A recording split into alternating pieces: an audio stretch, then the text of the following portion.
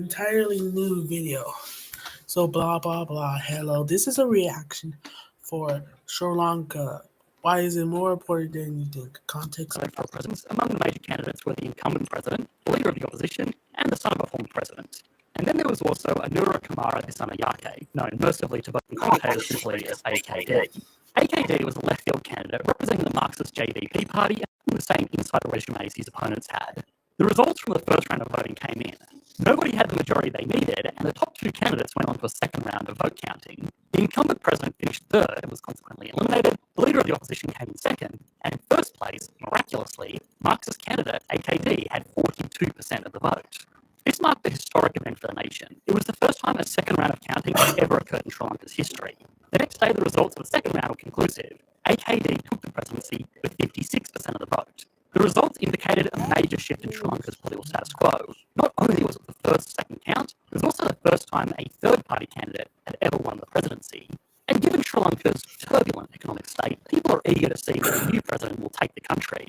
But there are also concerns about Sri Lanka's status internationally. Amidst an ongoing push-pull between India and China for influence over Sri Lanka, India's recent rise in popularity, and AKD's party history of pro-Chinese sentiment and Marxist alignment, does his election signify a changing wind blowing through the Eastern powers? So now this election has come to an end, it's worth asking how this political shock could affect the East. In order to understand this election's significance, both domestically and internationally, we'll have to, as always, look at a few key details. What makes AKD's election so unique? What roles do China and India play in Sri Lanka's revitalisation efforts? And finally, how likely is it for AKD and his party to implement pro-Chinese Marxist policies?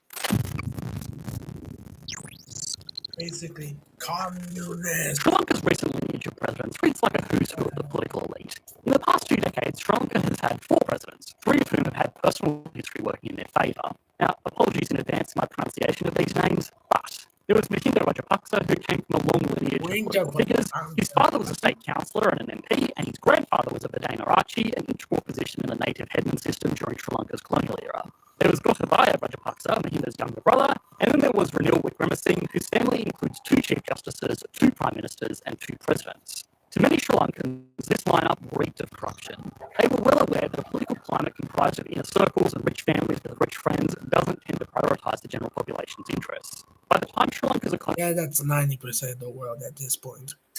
Actually, 99%. America, too. They collapsed in 2022. They were understandably over it. Protests promptly broke out across the country, demanding that the president step down. An election was called, and AKD took the scene. And given his history, it's not surprising that he was attractive to voters looking for a shake-up. AKD was born in Galawila, a rural village in Sri Lanka's central province. His father was a low-level office worker paid on a daily wage, and his family history was agricultural, not political. He was the first student from his school to gain university entrance, where he joined both the Socialist Students' Union and the student wing of the JVP.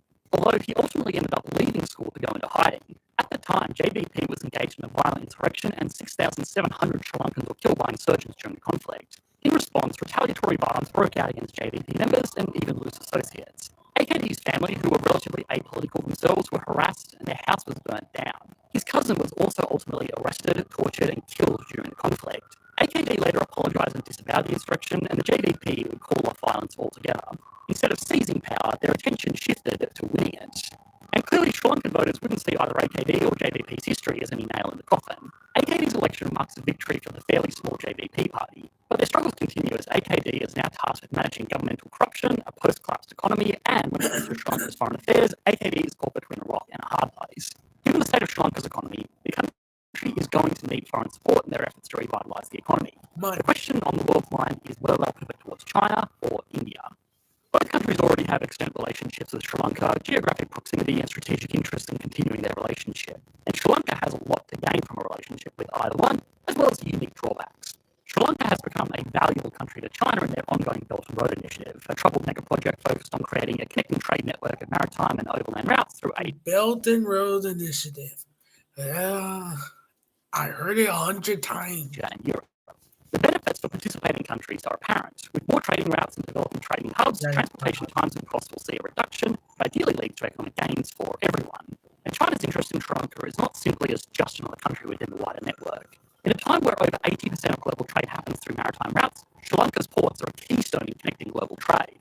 Sri Lanka's port of Colombo is the largest port in the Indian Ocean and serves to connect Europe and Asia. As a consequence, China has invested in the port of Colombo's development, as well as the construction choose near the busiest sea route in the area and is expected to become the second largest port in the country. And Sri Lanka has personal skin in the game here.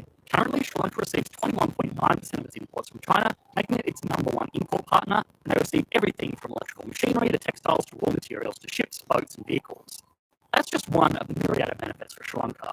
Since joining the BRI, Chinese citizens have become an increasing portion of Sri Lanka's tourist population, growing by over 70% from 2010 to 2016, and making up 6.4% of all tourists this year so far.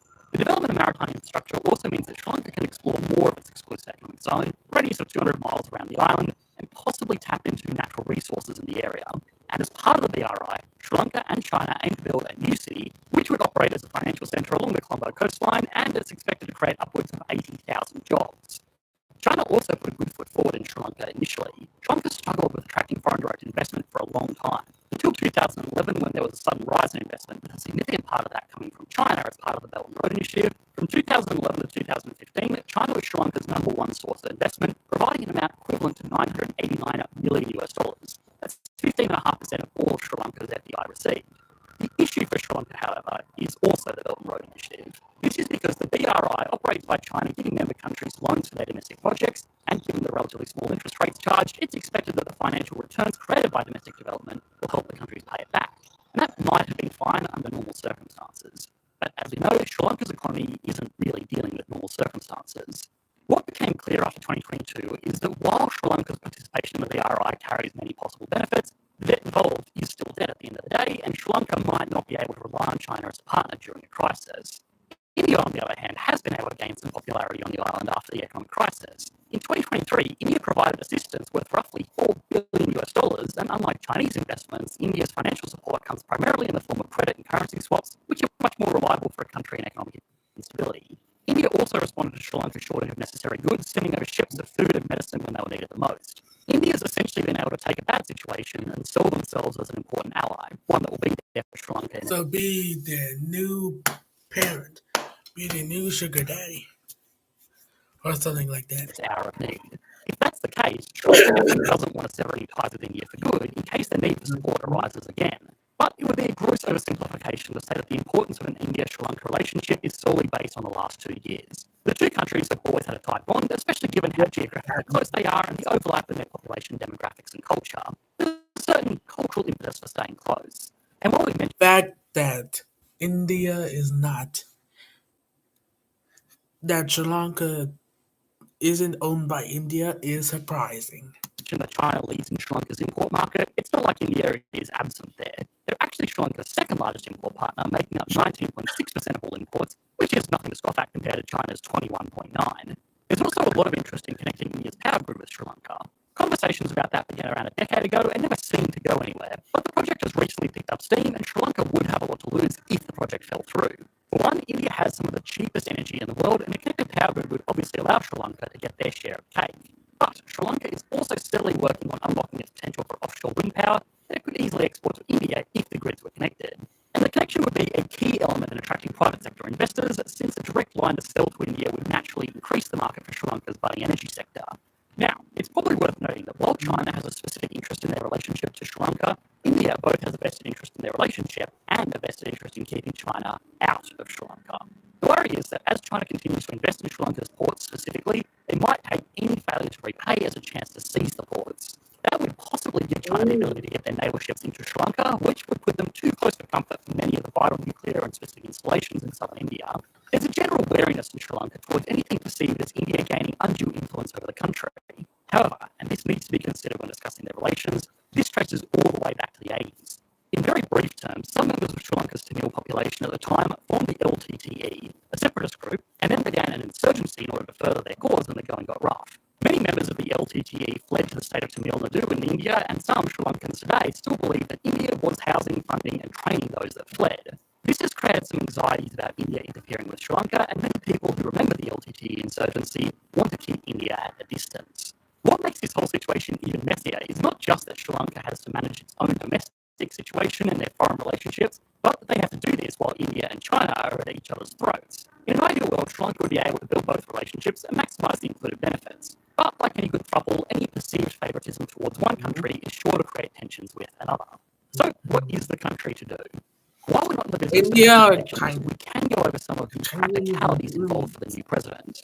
As well as having a president, Sri Lanka's government also has a parliament responsible for creating legislation. When he was elected, AKD's control over the parliament was tenuous. There is a total of 225 members, and the JVP only had a whopping 3. However, after the presidential election, AKD called for a snap parliamentary election, and the coalition his party was part of won an incredible 159 seats, which is more seats than any political party has won in Sri Lanka's entire history. That majority is obviously crucial for AKD's ability to make changes to the status quo. In the past, it wasn't uncommon for politicians to buy the opposition's votes in order to manage a minority parliament. But since AKD ran on an anti-corruption platform, he would have to compromise with his peers across the aisle if he hadn't won a majority. And since the opposition in question is still made up of Sri Lanka's political elite, any radical changes probably would have been off the table.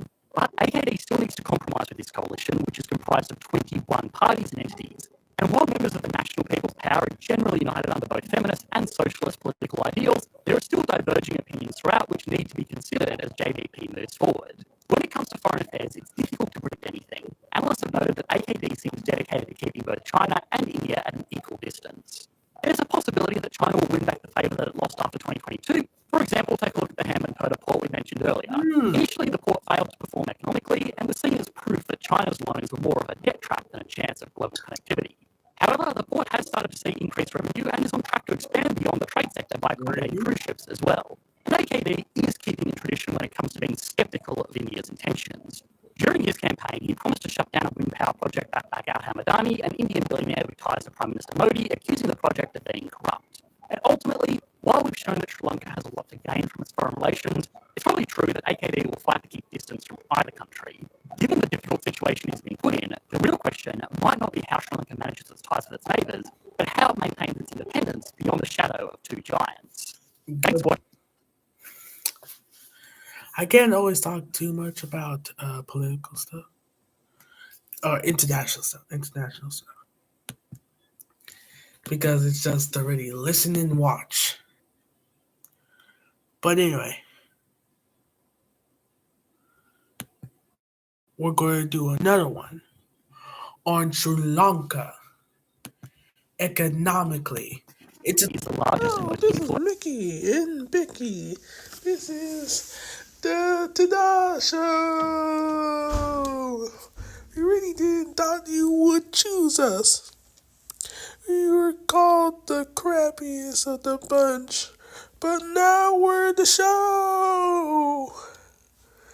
Yippee. Until the end.